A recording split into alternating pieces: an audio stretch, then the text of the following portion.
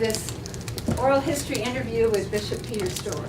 Peter, we are so grateful to you for your willingness to do this. We've been working for about 4 years to get him here, and this has been a very special 2 days. Well, thank you. Thank you very much. Today is October. Today is November 20th, 2013, and we are interviewing Bishop Peter Storey of South Africa. Bishop Storey is going to tell his own story today, so I will say just a few words of introduction. In addition to having been the Methodist Bishop of Johannesburg and Soweto, he was for 2 years chaplain with Nelson Mandela. He was asked by Mandela to help set up the Truth and Reconciliation Commission, and so he was involved in the creation of that and in the living it out for all of the period of time before, during, and after. He also is a witness to reconciliation and peace that is imbued with justice, and he will challenge us today simply by telling us his story. The 3 interviewers are Daryl Ireland, Catherine House, who actually is taking a course with you, Peter, at Duke, and me, Mary Elizabeth Moore. So we're going to dive in, and I'll ask the first question, if that's okay. Would you be willing to share with us some of the significant people and events in your life story? Yes, thank you. And I did make a couple of notes around that question because I don't want to miss significant people or events just because of my memory failure. I think significant events for me would begin with World War II. I was born at the beginning of World War II, and therefore the 6 first years of my life were spent with an awareness of an atmosphere of anxiety and stress and conflict, with people always huddling around radios, listening to what was happening in North Africa or Italy, or one of the battlefields where South Africans and most of the male members of my family were engaged. That left an indelible impression on me, especially when, as a 7 or 8-year-old, the first pictures of the Nazi concentration camps and things like that emerged, and I was bombarded by images of human brutality. And then 1948, the very people in my country who had refused to struggle against Hitler, but in fact secretly supported him, came into power and began to initiate the policy that became known as the policy of apartheid, of white racist superiority in my country. So those were very indelible impressions. At the same time, I had a father who was a preacher, who had an amazing engagement with Jesus Christ. When he spoke about Jesus, he was speaking about somebody whose character, whose nobility of soul and spirit, I could not avoid. It just had a magnetic attraction for me. This person, Jesus, touched my life not in any dramatic way, but just profoundly influenced my sense of what it meant to be a human being, truly human, truly noble, truly a person of integrity. And so I was given these 2 visions, in a sense, as a choice. You either surrender your life into the inevitability of human ugliness to other human beings, or there is a vision, there is a dream, there is a picture of something different that you can place your life alongside. So listening to my father preach and present the picture of this noble Christ was a very, very important influence that just sank into my DNA at the same time. And then I just have to say, Mary Elizabeth, that I can't speak of my life formative events without talking about the first time I got into a boat. I happened to be in love with the sea, and the first time I went sailing, I guess I was about 8 years old, and I knew that I wanted to sail for the rest of my life, and so I prepared myself for a naval career. And I guess one of the big crises of my life was when I had to recognize that if I went on with my naval career, I was a naval officer, I would be sucked ever more deeply into what was lying ahead for South Africa, a war in which the military would be used against South Africans themselves. And there came this very deep conviction to go in another direction, to sign up for seminary, but I was the most unwilling volunteer that seminary ever had, and the unhappiest seminary student for quite a long time. And I guess then if I have to mention just one other important event was meeting Elizabeth, who is my spouse and who was my childhood sweetheart. And my father was a preacher, and he was sent to a Methodist church in Cape Town, and there was a young lady there who felt she had just met the most insufferable little boy that she'd ever met. And we've been in love ever since. Can you tell us a little bit more about your relationship with your wife and with Elizabeth and with your father and perhaps with others who were close in your family? Well, you know, we were kind of British in the way we behaved to each other, so we were not very demonstrative as a family.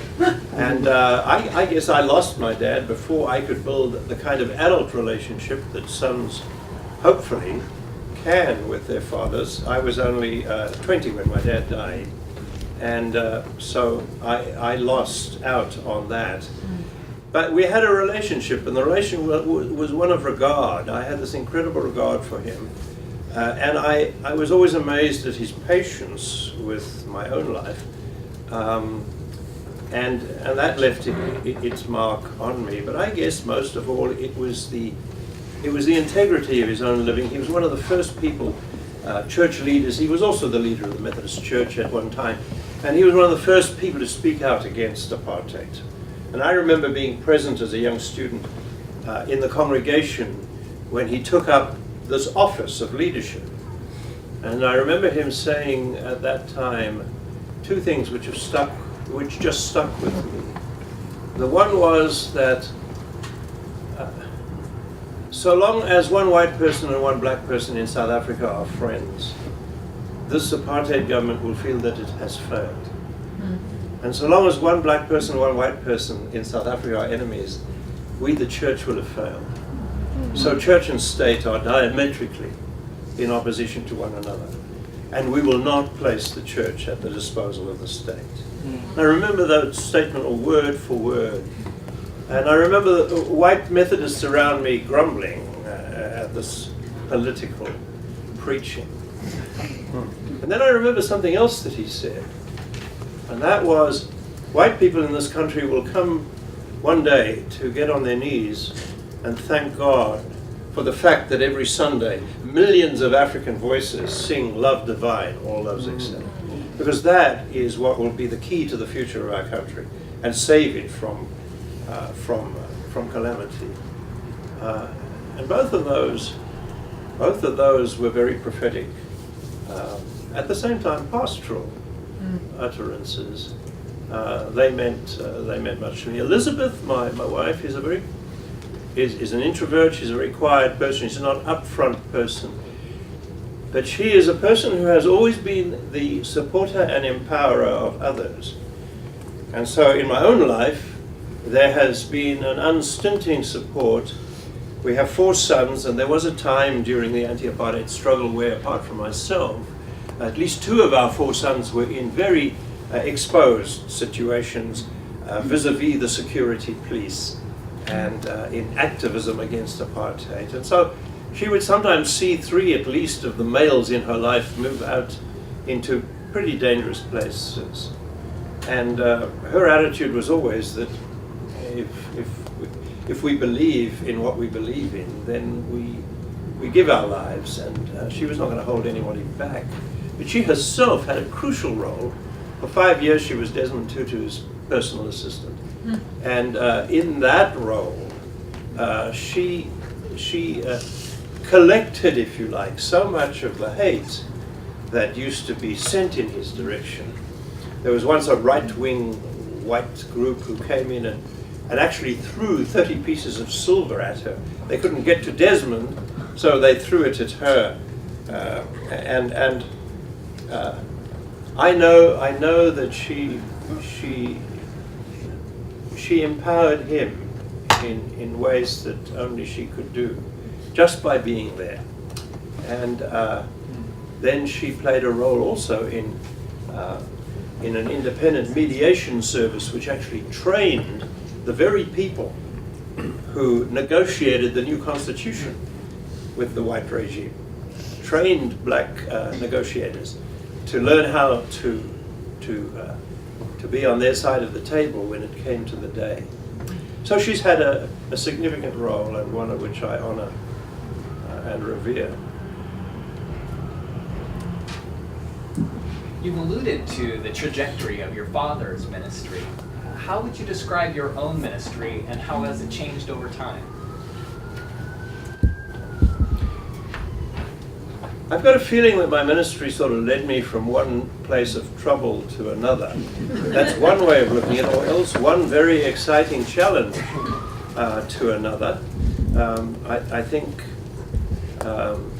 significant sort of moments in my ministry, I've made a couple of notes here, were first of all going to Australia and studying with one of my mentors, Dr. Alan Walker. He came to South Africa and he preached a remarkable mission there. We'd had lots of evangelists come to South Africa, and essentially if you talk to them about apartheid, they say, well, I'm here to preach the gospel. I'm not really interested in local politics. Alan Walker walked in and said there's no apartheid at the gates of heaven, so there shouldn't be any apartheid on earth. And he took on the regime head on. But he was also an evangelist. And so you had the strange sight of a preacher who would invite people with an altar call to give their lives to Jesus. And I can remember standing next to a very evangelical friend of mine who looked at me in amazement as a couple of hundred people went forward to offer their lives and dedicate their lives. And he said, I don't understand this. He said, I've just heard a sermon on apartheid and 200 people are committing their lives to Jesus. But there's no conflict about that at all. If we understand, if we can get beyond the heresy of the half gospel, and we can understand that the gospel is a whole gospel, which has to be both personally and socially expressed and lived out. And Alan Walker is one of the most remarkable proponents of that kind of preaching and that kind of witness. And so that those 2 years in Australia did three things. They helped me to clarify the issue of my own attitude to violence. One of the reasons why I left the Navy is because I was daily becoming more and more expert in the use of the machinery of death.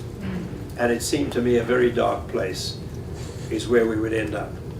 But it was under Alan Walker, one of the great Christian pacifists of the 20th century, where I first began to march and stand and make a witness, because it was at the time of the Vietnam War and the Australians were being wooed into it by America, and so a stand needed to be made. He helped me with that. But the other thing was I fell in love with the city. It was his ministry and his amazing church in Sydney that convinced me that the rest of my life would be working on the streets of the city. And I've never been comfortable in suburban churches, which I find extremely boring.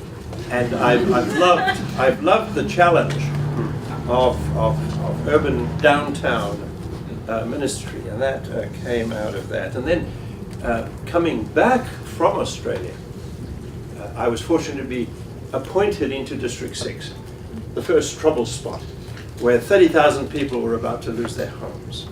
And I had the challenge of being a white preacher, standing up in a congregation of 800 people of mixed race, all of whom had just been told by a white government that their homes were going to be bulldozed and they were going to be moved some miles outside of the city.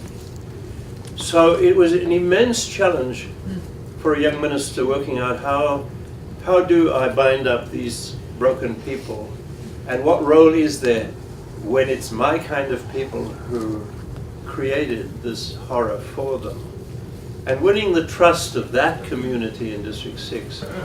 My church in District 6 is now the most visited museum in Cape Town. It's called the District 6 Museum, and that was my church. But it was one of the richest times in our ministry. And then, of course, the Robben Island experience, which you've alluded to. I was even younger when I was put onto Robben Island. I was there for some time before Mandela and his colleagues arrived, so it was only a few months that I was actually engaging with them. But there was another great Methodist on that island, living in isolation. His name was Robert Sobukwe. He was regarded by the government as public enemy number one. By act of parliament, every year they passed another year's prison sentence on him to keep him out, away from his people. And I formed a very strong bond with Robert Sobukwe. I was the only person allowed to see him apart from his guards and a medical doctor. And what I learned, I guess, as a very young, immature preacher who was much too young to have been given this job, I learned what it meant to be in the presence of giants.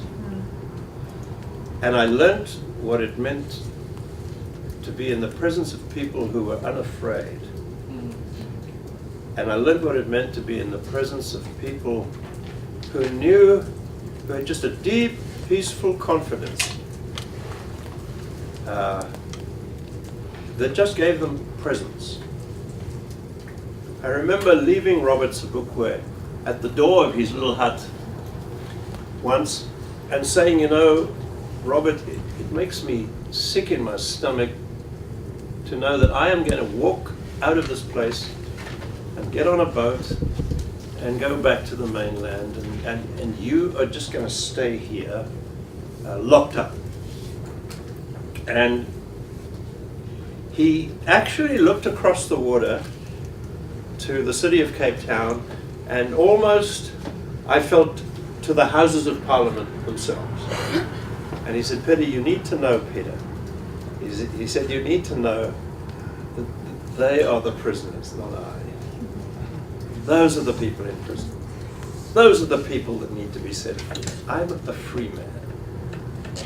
And when you realize that the future of your country could be in the hands of people like that, you realize that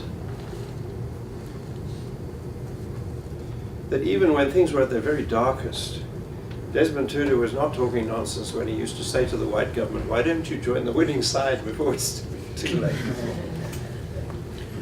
So those were, some other early influences in my life as a young minister. Yeah. Well, sort of continuing in that same vein, maybe there are just some experiences even later on, that led you into the work of nonviolent resistance and reconciliation. So how were there moments throughout that sort of continued that work? Well, what does lead people to nonviolence? I guess it's a combination of both conviction, strategy, and necessity. The majority of South Africans resisted apartheid nonviolently. That doesn't mean they were convicted about the principles of nonviolence necessarily. They had no other option. To try and rise up violently against the 6th largest army in the world at the time, and a very well-trained one indeed, was suicide.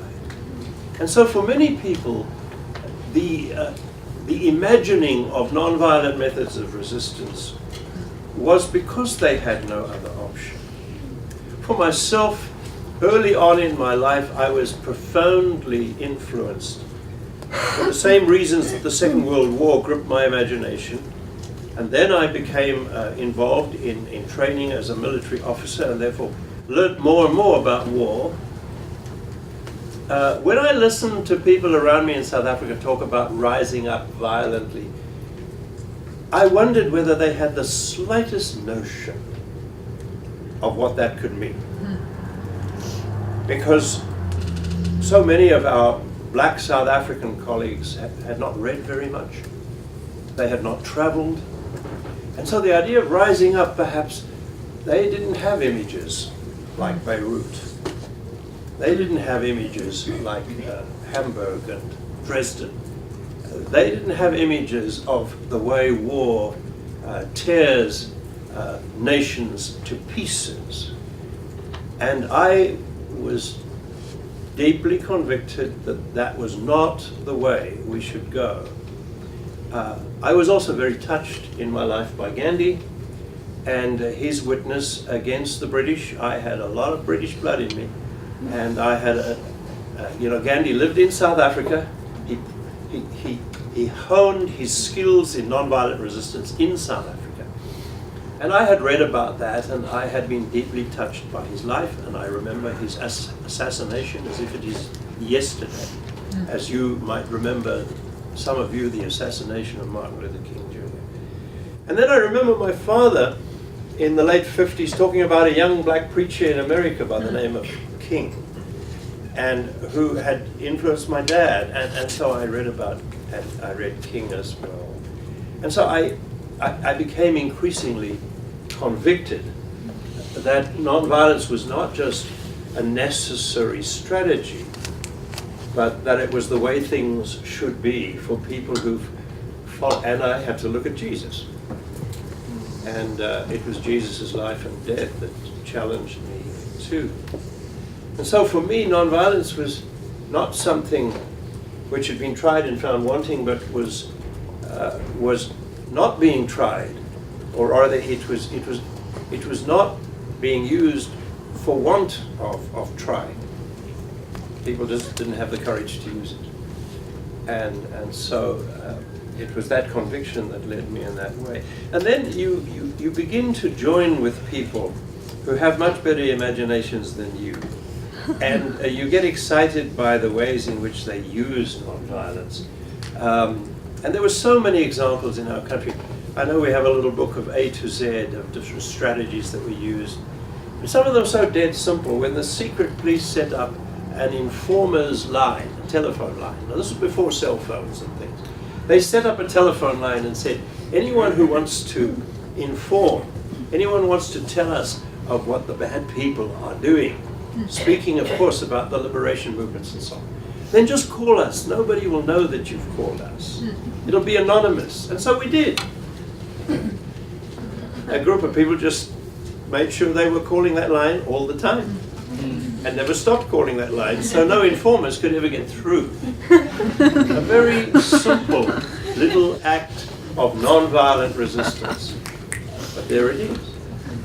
And so, from tiny little acts like that to the Standing for the Truth campaign, when we had been separated so horribly by apartheid that we decided a human chain might help link Johannesburg to Soweto as an act of defiance when it was illegal to go into Soweto if you had a white skin. And so we formed this chain. And then when that was broken up by the police, we all went to a stadium where we thought we might be able to assemble in that stadium, which was halfway between Johannesburg and Soweto. And I remember that occasion was a pretty scary one because I was with one of our church leaders by the name of Frank Shikani, a very famous leader in the struggle. And when we got there, the access to the stadium was just a big field of dust. And there was a circle of armored cars with machine guns there with the soldiers on the top aiming their guns down. And Frank and I walked into the middle of this. And I remember saying, Frank, this is going to be a bit of a rough one. And we got to the center and we were told to stop, so we stopped. And an officer came out towards us, and I haven't ever had this said to me quite as bluntly. He said, now look, you can come in here, but we're going to shoot you. So you better decide. And the important thing was how to retreat in a dignified way from that very ugly encounter, and to find another place to go and meet, which was a Catholic church nearby, and we managed to carry on the demonstration. But I learned to admire the real heroes of the struggle were ordinary people, ordinary, simple people who refused to go on cooperating in their own oppression. Those are the real heroes of the struggle in South Africa, not political organizations or whatever, but ordinary people who said no, no. Could you share how some of these experiences in your ministry shaped you, shaped your life experience, shaped your passions? Well, you know, my passions are the sea, the city, and justice and peace. I wish I could say they weren't in that order, but they still are in that order. I said to Jesus, I'll serve you all over this God-forsaken country as long as you put me down next to the sea when I'm getting old. And that has happened, so I'm very grateful. But and I sail these days a little bit. Yeah.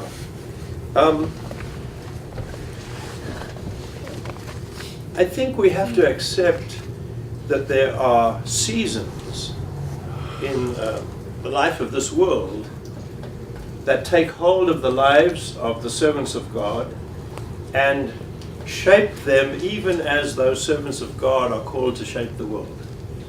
And so I have to say that my entire ministry is framed by the 40 years when apartheid ruled the lives of people in South Africa. I went to seminary in 1957, I think it was, somewhere around there, and that was just less than 10 years after the apartheid regime had come in, and I retired in 1997 from my South African ministry, which was just 3 years after liberation and a new democratic South Africa. So my entire life was determined by this reality.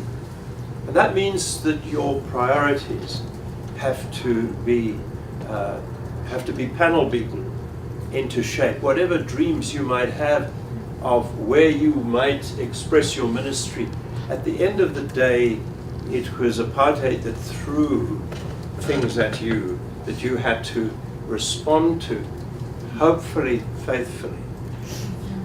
Now, in 1966, after the visit in the couple of years in Australia, there was a very strong temptation to remain in Australia.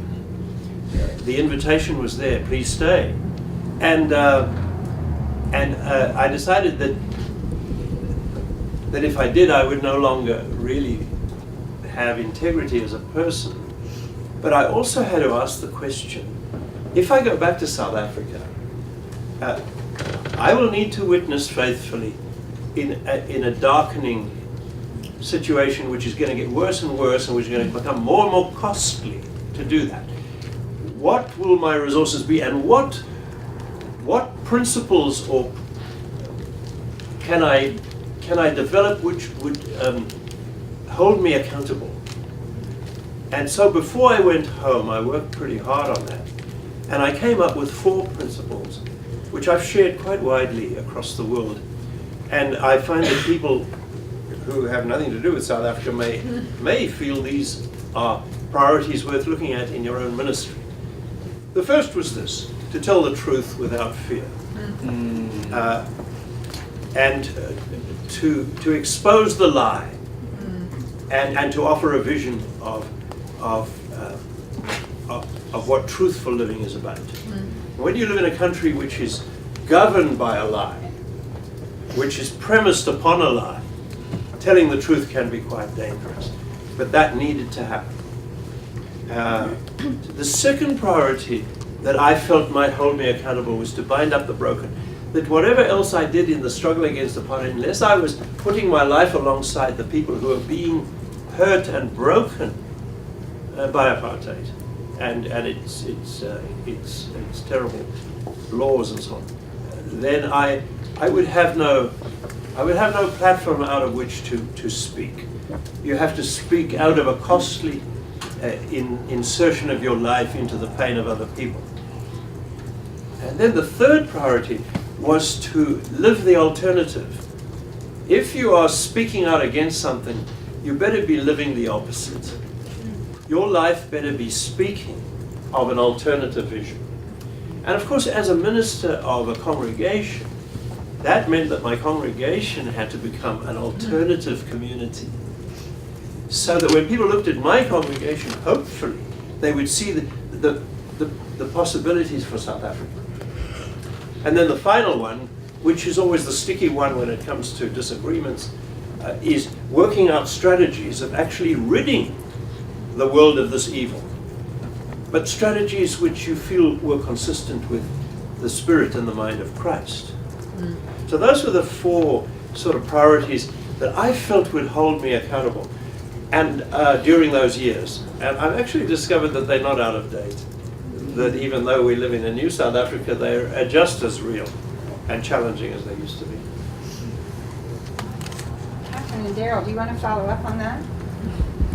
Well, I'm curious if you would be willing to share with us some of the moments where it seemed darkest, and then times maybe where joy just seemed to burst into your life and ministry.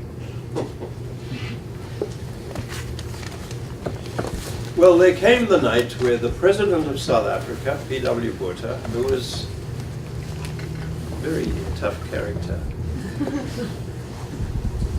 there came the moment when he ordered that the headquarters of the South African Council of Churches should be blown up. And he gave orders for one of his assassination groups to do that. And they did it. Khotso House, which meant the House of Peace, which was a 7 or 8 floor building in Johannesburg, housing not just the Council of Churches, but a number of other important anti-apartheid organizations, was blown up. A bomb was placed in the basement and it was blown to smithereens. It was a dreadful, dreadful sight. Tom, when he introduced me last night, referred to that. But I got the call at 3 in the morning because we also had a house opposite where we had about 56 disability pensioners living. And of course the blast from this building had sent projectiles into the apartment block across the road and injured a number of things. I got this call at 3 in the morning and came to see this picture from hell, really, of the Council of Churches all blown up. And there the police arriving, knowing full well, you knew full well that these were the people who had planted the bomb, and now they were coming to say we're going to investigate what the communists have done to you, and so on and so forth. But Frank Shikani arrived a little later, and we waited for the staff of the Council of Churches to arrive. And you can imagine the shock, coming to work, walking around the corner, and your offices are gone, your desk is half hanging out the window on the 3rd floor. And it was a time of terrible shock. But as they came, we just said to them, Central Methodist Mission, Central Methodist Mission. And we sent them off to my church, which was just around the corner, about a block and a half away. So that at the exact time we were normally gathered for prayers, we were in the chapel at the Central Methodist Mission singing the praises of God. Now people were crying. People were terribly broken. People were angry and they were hurt.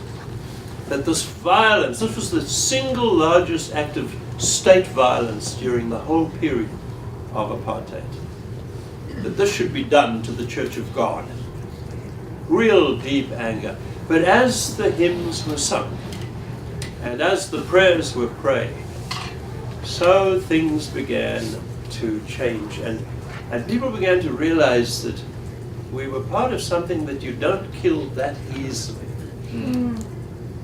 And within days, Central Church and a whole lot of other churches in the city had provided office space. And while all the papers and things were inaccessible because of the bomb, the South African Council of Churches began to work. I think of another occasion when the same state president, Botha, put the South African Council of Churches on trial. And for 2 years, the secret police were in our offices, turning over every stone in our lives, trying to find something that they could nail us with. And then came this trial, this tribunal. And Desmond Tutu and myself were the two who were responsible to give evidence in chief on behalf of the council. And I wish you could have heard one of the best Bible studies in history when Desmond started. My lord, he said to the judge, I submit that you are not qualified to tell the church how to be church. No state instrument is. But now that we're here, let's do Bible study. Started with Genesis and went through to Revelation. About a day and a half of Bible study. And this crowd sitting up there, the judge and the others on this commission, were glazed over by the end of it. But they were told in no uncertain terms why the church has every right to step into the public square and challenge Caesar.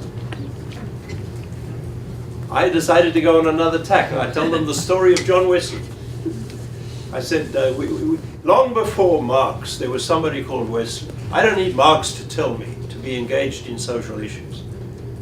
The person who I owe my church affiliation to told me long, long ago that if I want to find Jesus, I have to, his home address is amongst the poor. And when I go to the poor, I find that charity is not enough. They need justice. And if you are denying them justice, then we will challenge you as the state. It's our business. We're not interfering with politics. You politicians interfere with God's business all the time. And so that was our witness. But you know, it's scary because you come into this room, it was about this size, and there was a public gallery, and I sat there with my back to the public. And then here was this great commission. And then down the side there was the prosecutor who had piles of files, and you knew they were all about you, and you know, it was very intimidating. And both Desmond and I were cross-examined for 21, 22 hours. And at some point it gets very lonely. But at a certain point in those hearings, and I can't remember now what point it was, but there was a sort of a rustling in the public gallery. And a shuffling of chairs and things. And into the room there came a representative from the Pope in Rome, a representative from the Archbishop of Canterbury, a representative of the World Alliance of Reformed Churches in Geneva, a representative of the World Methodist Council in Junaluska, a representative of the World Lutheran Federation in Geneva, a representative of the EKD churches of Germany. They came in one by one. They had all got onto aeroplanes. They had dropped everything, and they'd arrived in South Africa, and they demanded to speak in this trial. And they spoke about the fact that this is not some tuppenny halfpenny organization that you dare to put on trial here. This is the Church of God. And you know, after that, I can remember being absolutely clear that these people could never win, and that the game was over for them. Whatever their judgment was didn't matter at all. The game was over. You don't take on the Church of God and win. So those were moments of celebration where you felt deeply convicted of the joy of being part of this worldwide community. You spoke earlier about strategies, your fourth point, and you were deeply involved in the Truth and Reconciliation Commission. Could you share with us what you think accounted for the successes or the breakthroughs that the Truth and Reconciliation Commission accomplished? What were the hindrances, the clay feet, and what work is left to be done? Well, if I can predate that a wee bit, because I believe the best kept secret of South Africa's transformation happened before change, and that was the National Peace Accord, which was also profoundly influenced by faith communities and churches. And the National Peace Accord came into being when the kind of unity of oppressed people in South Africa began to break up. As they began to see change happening, so people began to maneuver for future power. And at that time, we really came very close to losing the plot. 40,000 people were killed between 1990 and 1994. More people were killed then than the apartheid regime killed in its direct acts of violence against South African citizens. And they were killing each other in power battles, stoked by the white regime in the background. And it was a wonderful, most imaginative step that was taken, a strategy, if you like, recognizing that the police and the military had lost all credibility and therefore were best kept out of the way. They had no, people didn't trust them. We actually created a security organization to keep the peace, which consisted of volunteers and employees of committees across the country, designed to train people in peacemaking, to train people in intervention in violence. And we trained 26,000 young black youth in interventions in violence. And all they had was a small allowance per day and a lunch pack in their hand when we sent them out every day. And they went to face genuine danger. I remember we went to Honda and asked them we wanted 300 motor cars for our peace, our peace monitors. And they said, we can provide you with 300 cars. This is no, we said, we're not going to pay for them. They said, well, we're not a charity, and we said, you won't even be in a business in 5 years if we don't stop this violence now. And so we got the cars. And we returned some of them with bullet holes in them and said, we're sorry about that. We've had a rough day. But it was a really remarkable thing. And what was remarkable about it is that in order to make it work, we had to work with our enemies. And I know that in the region I was chairing, the Johannesburg region of the Peace Accord, I co-chaired it with a business person. Businesses came on board because, violence is not good for business. And so we were strange bedfellows, the church and business. But we should be strange. And we had a team building exercise to get us going. And when we got to this retreat center, we were put into little groups.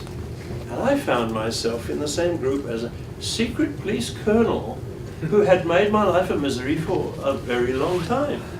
He was responsible for ensuring that the anonymous phone calls, the death threats, the ticking devices put on your front veranda at night and stuff like all of that. He had to tick my name off every week and say we intimidated him this week.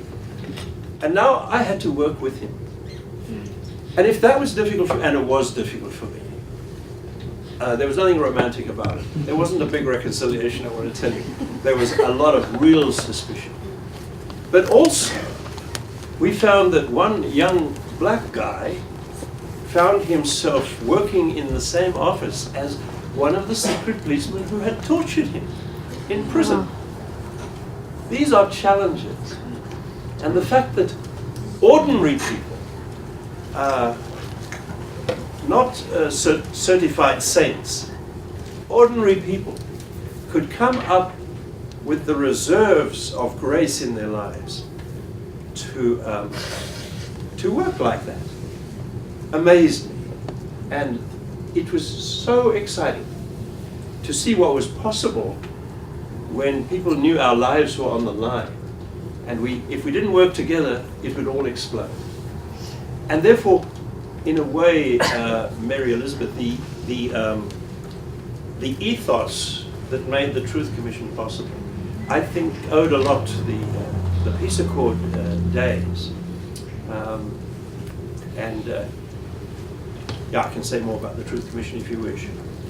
I suggest that we take a break at this point, and when we come back, ask you to start with the Truth and Reconciliation Commission, but we'll save our other questions for a time and give you a chance to enter in with your questions when we come back from the break. Does that sound all right? I invite you right this moment to take a very deep breath.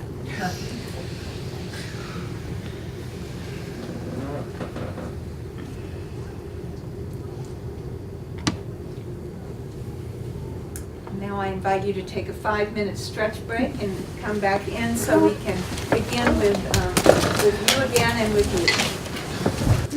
We're going to regather now, and let's begin, Peter, with your sharing something about the Truth and Reconciliation Commission and its successes, its great feats.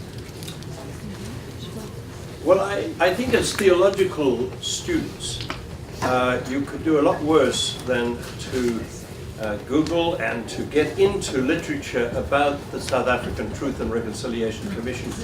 Because I guess in a nutshell, I would say it is probably the most theological piece of legislation ever legislated by a secular parliament. By that I mean that the South African Parliament put into place a process on the recommendation of groups of people who had been working very hard to try and answer the question, what do we do with a very ugly past? And a lot of those people were people with theological insight, clinical insight, legal insight. And I think one of the things Americans need to know, because this is so often, we're told, a country of laws. And I do think that sometimes Americans think that you can solve everything with laws. I just want to say there are some evils too big to be handled legally. And one of them was the one we faced in South Africa. And maybe another is the history you live with in the past of this country. But there are some things that law cannot handle, that something bigger and more fulsome and more magnanimous than law has to come into play. Now, it's not an accident that this school here has a department which focuses on how one lives beyond the law. It was Jesus who said, unless your righteousness exceeds that of the scribes and the Pharisees. And I think that the Christian faith should be offering the world a way of living beyond the law. And the TRC was an attempt to take grace and to fashion it into a process that could address some of the worst things we did to each other. And so, without going into the details here, because it's complex, it wasn't a simple exercise. I want to say that those 2 years in which the Truth and Reconciliation Commission met in South Africa were 2 years in which exposed the soul of our nation and exposed us to each other. Now, you can never force people to be different. All you can do is provide a space and an atmosphere in which being different is possible. The Truth Commission did that for many, many victims of the horrors of apartheid, and also for many, many perpetrators of those horrors. And it gave us a glimpse. It had lots of weaknesses, but it gave us a glimpse of a new kind of world. And as I listened and watched the Truth Commission hearings, I felt I was living in the Sermon on the Mount world, where a different way of handling human relationships is what Jesus offered in the Sermon on the Mount. A different way of resolving human conflict he offered in the Sermon on the Mount. A different way of going forward when you've been divided. And all of those things, I think, at least we saw a glimpse of them through the Truth and Reconciliation Commission. And so I would recommend that as students you study the TRC and how it worked, and perhaps go into some of its hearings, because they were truly inspirational, many of them. Thank you very much, Peter. Let's open it up to you to ask any questions you have, or make comments if you wish. Yes.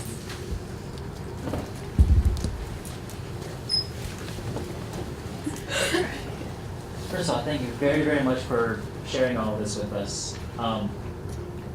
As you're speaking, I hear a lot of wonderful things about, like conflict and restoration and, and like, issues facing the church and dealing with sorts of people. And so, especially as a Methodist, I'm wondering if you would be comfortable sharing some of your reactions to the Frank Schaeffer trial this past week. And I know that it's very fresh and a controversial thing, so if you'd rather pass or if this gets cut, that's fine. But that's been on a lot of people's minds the past couple of days. I might add to that, just add on to that, yeah?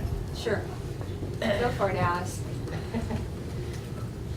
And kind of the way I was thinking of framing a similar question is, were there, in the struggle that you were involved in, were there instances of churches or church leaders that were pro-apartheid, and how did you negotiate that in a way that was reconciling and peacemaking? So it's kind of related to that question. Well, I'll start with you and say, yes, of course there were. There were churches and church leaders who either pretended they were on Mars, which meant they just went ahead with playing church while a country was being torn apart. Or there were those who actively, using their theology and using a distorted form of Calvinism, felt that there was a theological support for the ideology of apartheid. So we were not only up against a system, but a system which claimed support from significant areas of the Christian church. And we had to deal with our fellow Christians very firmly. And that is why the Dutch Reformed Church in South Africa was declared to be in heresy, and we were not to have relationships with them. That is why they were cast out of world bodies.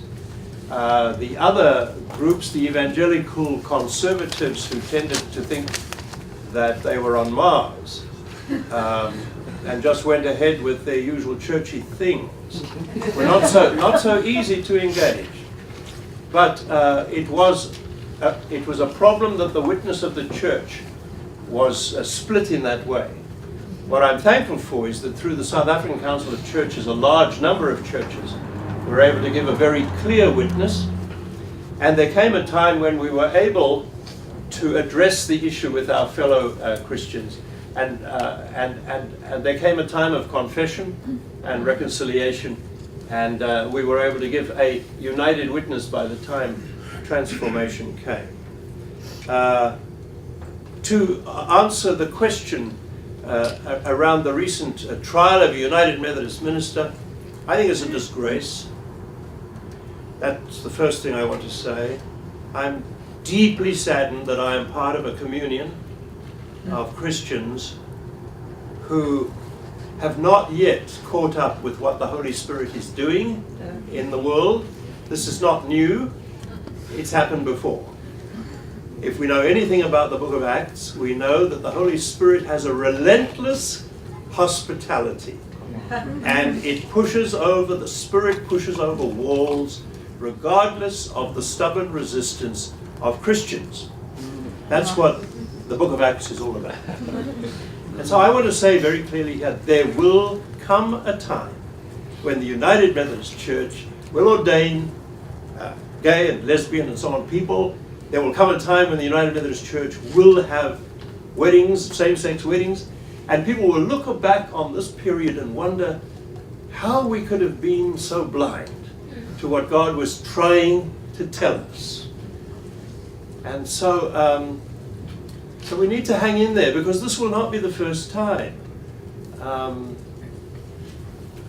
I think there are many parallels with the issue of race, where for years and years and years the church thought that racism was baptized by God, and that there was some scriptural support for the exclusion of black people from this or that or the other.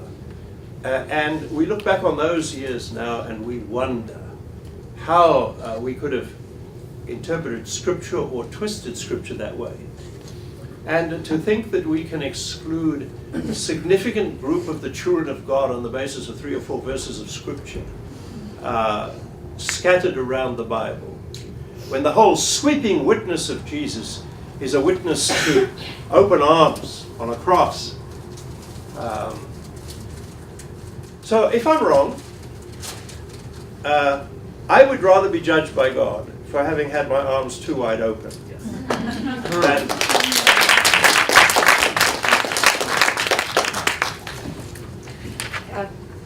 Ian, Katie, and then we'll move to the back. This is sort of a follow-up to the issue of gay rights. You speak about Christian conservative fundamentalist groups being on Mars during the time of apartheid and that they were not engaged. They were pretending that it didn't happen. We have a similar issue with Christian conservatives and fundamentalist groups in America with respect to issues like gay rights. But the issue is not that they're on Mars and disconnected.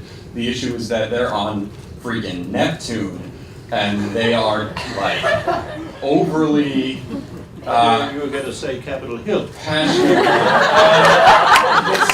This is exactly what I'm getting at. The idea of separation of church and state is a very, very strong idea in the context of American politics. It's something that I have been a supporter of because I have seen what happens when fundamentalist groups try to insert themselves into the political conversation. However, in the case of apartheid, it becomes necessary for the Church of God to assert itself and to speak in opposition of the government. How do you navigate that ethical dilemma, and where do you target your efforts? Is it with the other Christian groups that you need to work, or is it with the government that you need to work? Is there a balance that needs to be struck? Well, let me say, first of all, the separation of church and state is not about the church not going into the public square. It has nothing to do with that. It is that there shall be no established religion. In other words, there shall be no church that has the support of or the official recognition of the state. So the separation of church and state is to protect the integrity of the church. Once the church entangles itself with the state, and I think in the George Bush years that began to happen with the religion desks they had in the White House and so on, that's a very dangerous time. The best gift that the apartheid regime gave to the church in South Africa was to kick it out of the corridors of power, so that we had to learn what it meant to be church again, instead of leaning on whatever influence we had with the state to get this or that done. And the moment we were aware of our separate existence, we found the integrity to speak into the public square without being compromised. So I do not quite know how to respond to the more, frankly, difficult part of your question. I think it's much easier to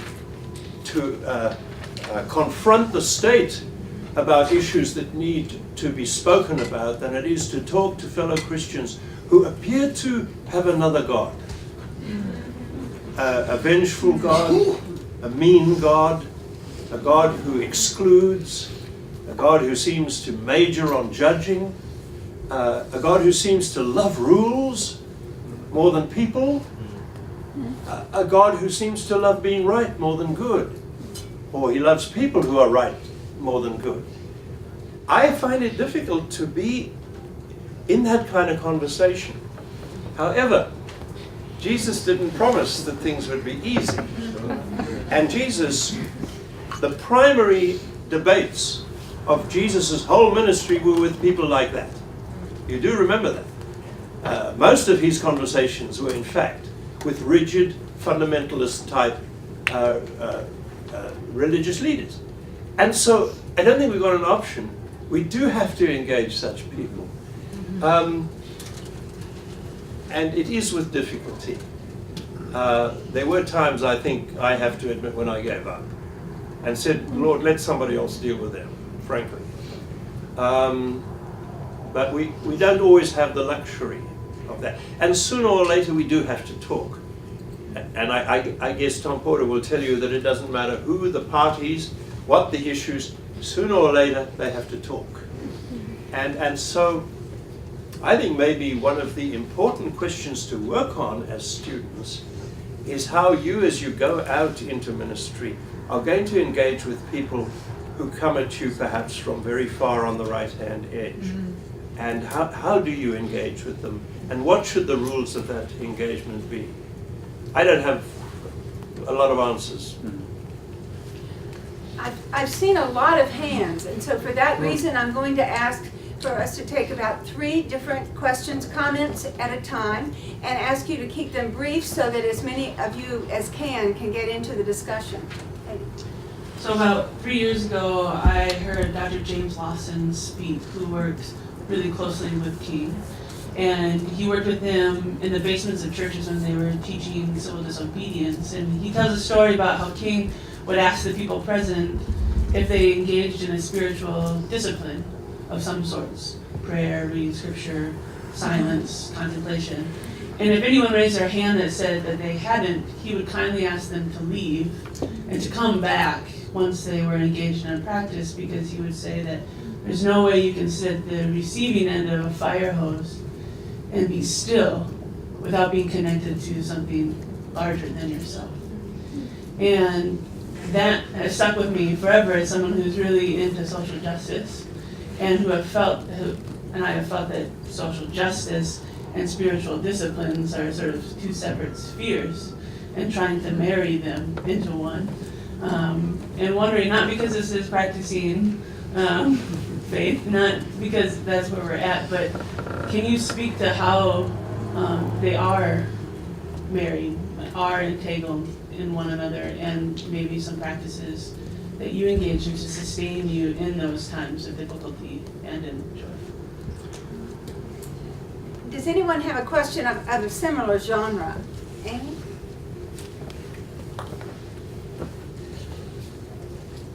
I connect it simply because I see it as that more personal side of a very public bringing things out in the social justice light. I'm curious a little bit about the timeline of you raising your family in light of the events you've shared with us, and where you received your strength, your guidance to bring a family, to bring 4 sons into the world that you were living. Well, you'll have to ask my sons.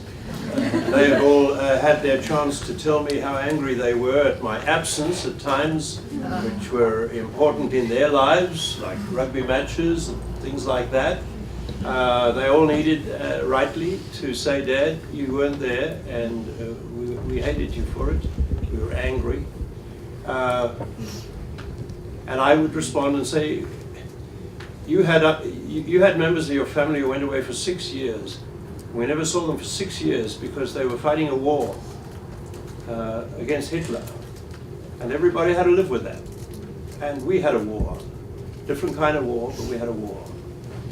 I'm glad to say that each one of those sons would speak very differently now, without in any way denying how they felt at the time when Dad was at a mass funeral instead of watching, them play a game of rugby. But every one of them would say unhesitatingly now, and have said unhesitatingly, how really deep down proud they were as well. So we lived with that tension. We also lived with a mother who was willing to give her kids to the struggle. And And if we're not willing to do that, what are we living for? I mean, you know, are these just words when we say what is not worth dying for is not worth living for? Or do they actually have reality behind them? And so we had the sense that as families we had to live through this and recognize we were living in very abnormal times of struggle, and that there were other people who were much worse off than we were. Mothers whose sons had gone across the border in order to become perhaps guerrilla fighters, and they never heard again of their children.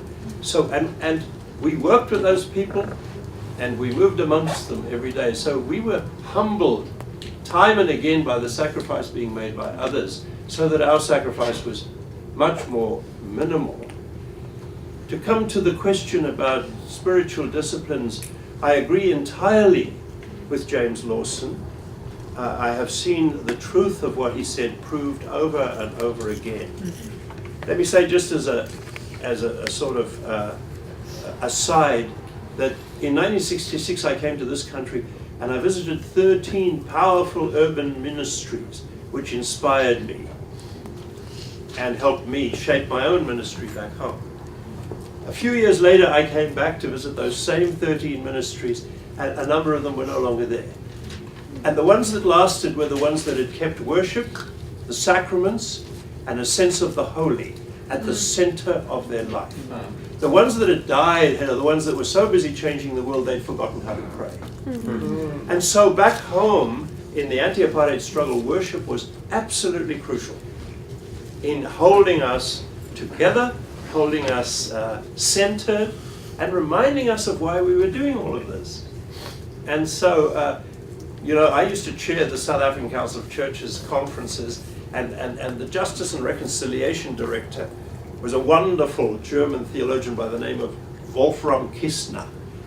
And I always had to time his report for the beginning of a session, because he would start with a 1-hour Bible study, and then he would talk about what was happening in the country.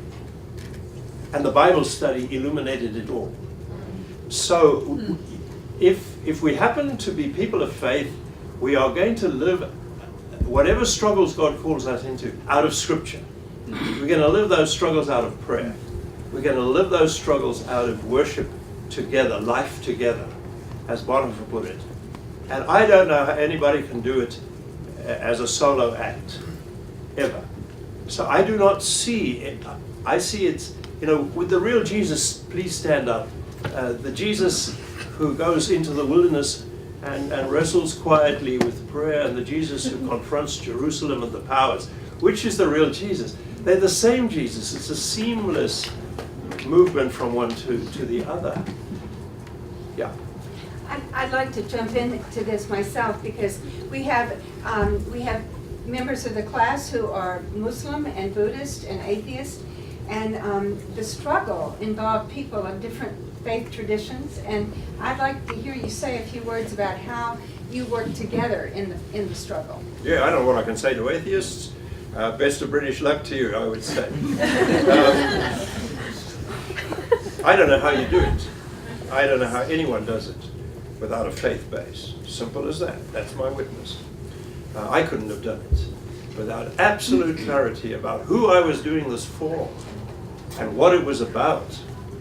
But let me say that one of the very important elements of apartheid was something called Christian nationalism, where they had managed to weave in a twisted form of Christian belief into this racist ideology.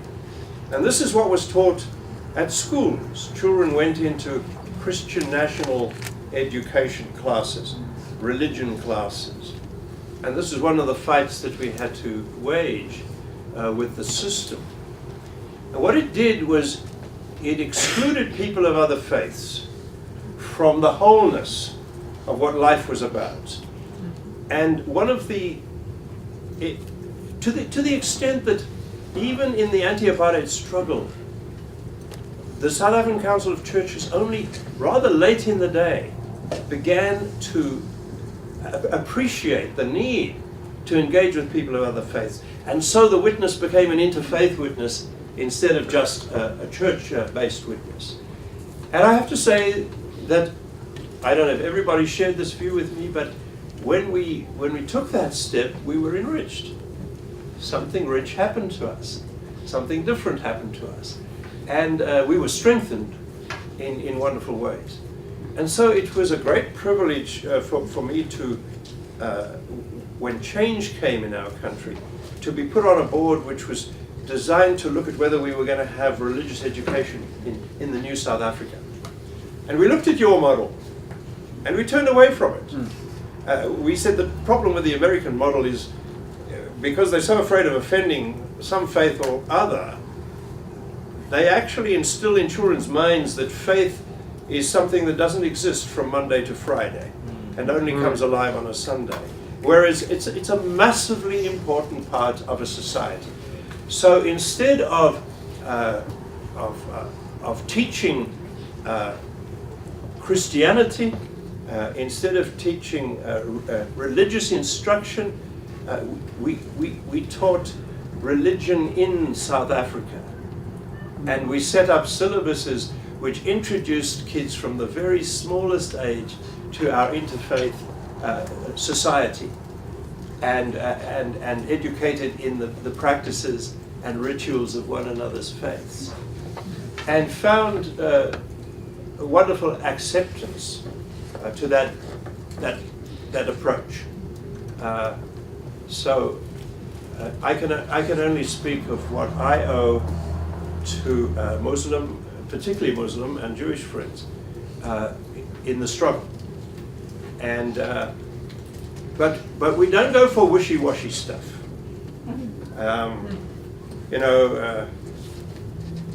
Oh great something or other in the sky, we thank you for whatever.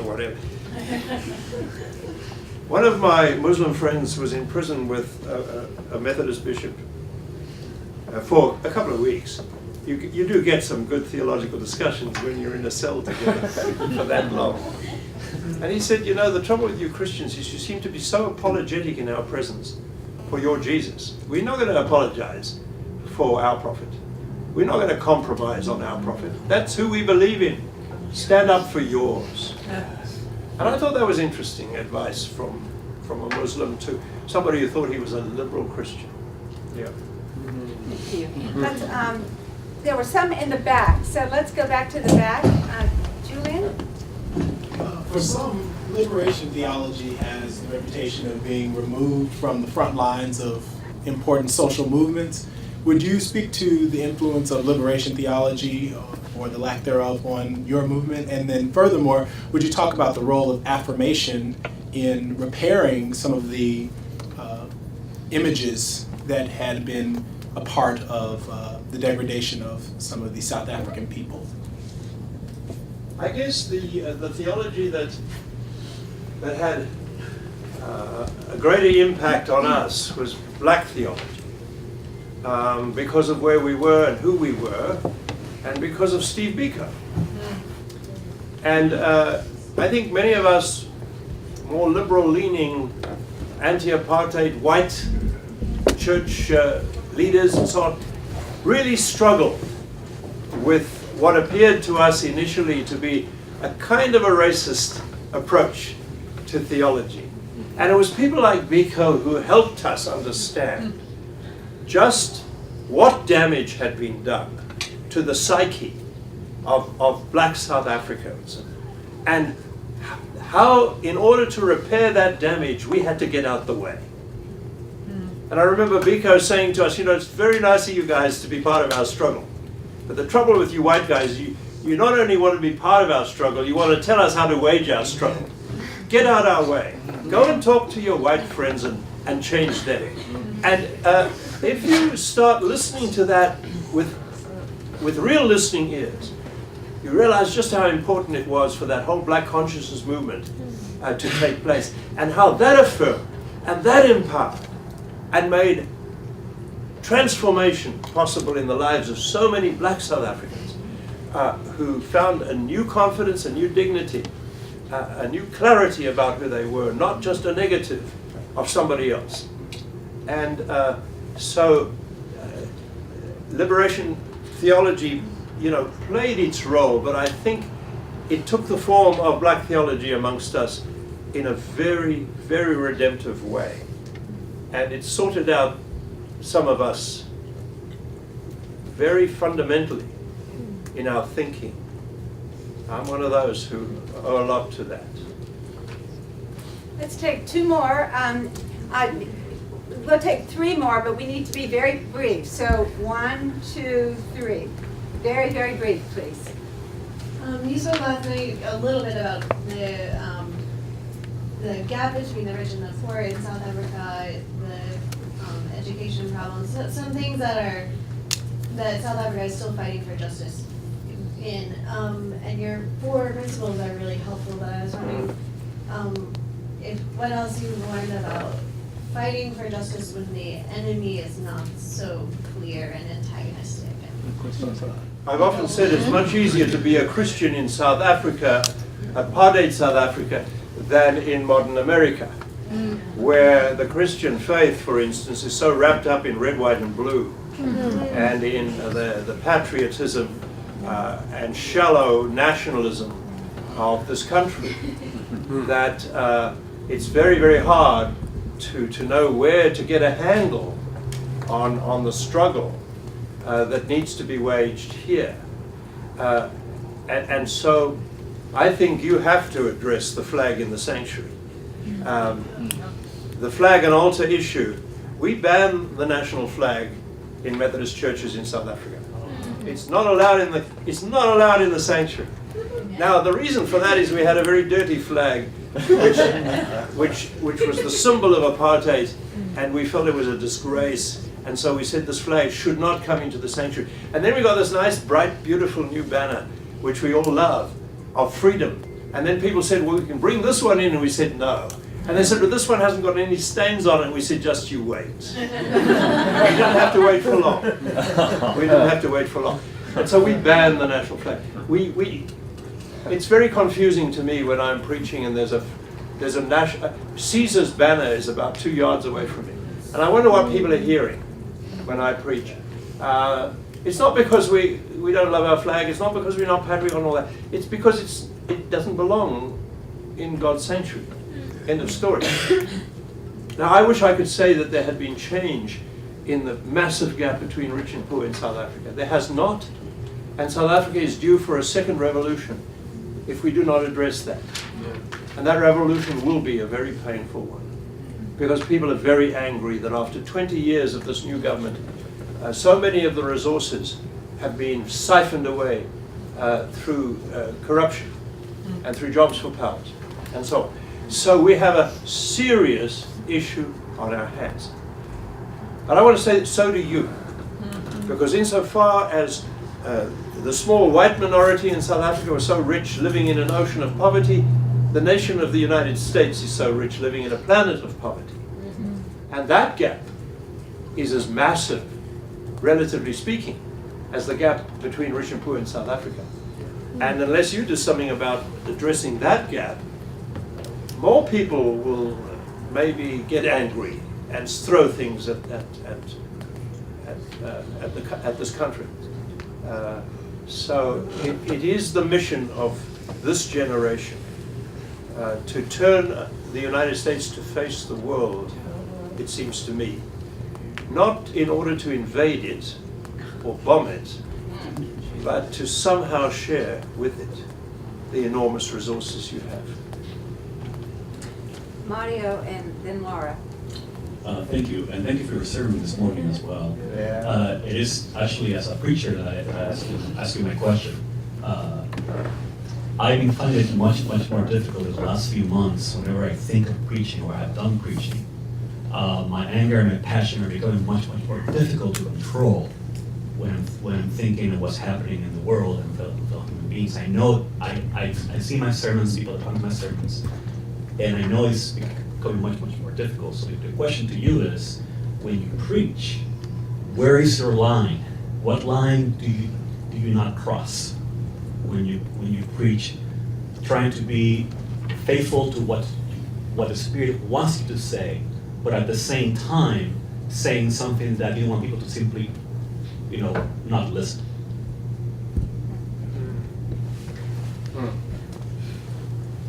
Laura, why don't you go ahead and then he can Okay. respond to both together. Okay, so my question is, I use the microphone this time. My question is actually a bit more simple and plain than the others. So, how do you mentioned that Jesus' home address is with the poor, and that there's a responsibility to do justice work instead of charity work.